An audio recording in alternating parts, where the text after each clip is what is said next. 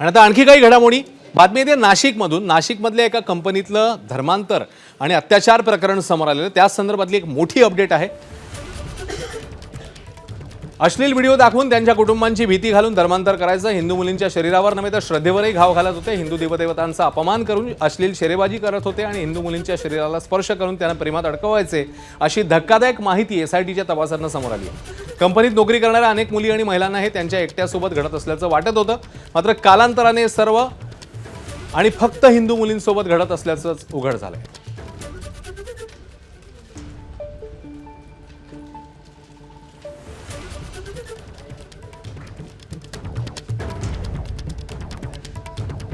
दरम्यान ज्या कंपनीमध्ये हे सगळं घडत होतं त्याच्याबद्दलचं आता स्पष्टीकरण समोर आलेलं आहे। कंपनीने या सगळ्या संदर्भात आपली बाजू मांडली आहे। तर त्या टाटा कन्सल्टन्सी सर्व्हिसेस कंपनीने हे स्पष्टीकरण दिलेलं आहे। टीसीएस मध्ये कोणत्याही प्रकारच्या छळवणूक आणि जबरदस्ती सहन केली जात नाही। आम्ही नेहमीच आमच्या कर्मचाऱ्यांची सुरक्षितता, सन्मान यांची काळजी घेतो।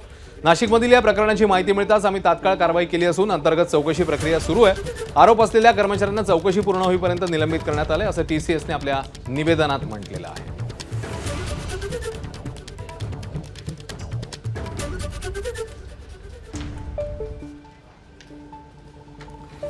तर नाशिकच्या या प्रकरणामध्ये दोषींवर कारवाई होईल असं मुख्यमंत्र्यांनी म्हटलेलं आहे। आपण बघूया।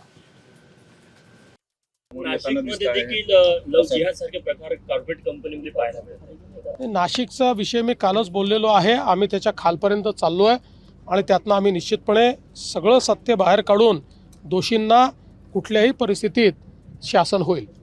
अशा किती कंपन्यांमधून सुरू आहे नाशिकच्या? कंपनी जी आहे मग सगळ्या कंपन्या घालवायचा विचार आहे का आपला? सगळ्या कंपन्या बंद करायच्या आहेत नाशिकच्या? एखाद्या कंपनीमध्ये एखादी अशी गोष्ट झाली, त्याचा कॉग्निझन्स आहे, पोलीस कमिशनरने घेतलेला आहे, जे चुकले आहेत त्यांच्यावर कारवाई होईल। पण ज्या पद्धतीनं आपण चर्चा करतो आहोत त्या पद्धतीनं ती कंपनीत पण इथे राहणार नाही, दुसरी अजिबात येणार नाही, असलेल्या जातील।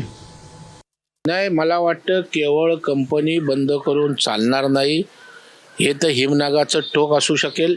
अशा प्रकारच्या अवलादी, अशा प्रकारच्या प्रवृत्ती, जिहादी प्रवृत्ती त्या ठिकाणी ठिकठिकाणी शोधणं आवश्यक आहे आणि मला वाटतं आता त्याची सुरुवात होईल। आणि ज्या ज्या ठिकाणी अशा प्रकारे पडद्यामागून ज्या हालचाली होतात त्या पूर्णपणे राज्य सरकार आणि पोलीस खातं शोधून ठेचून घालल्याशिवाय राहणार नाही।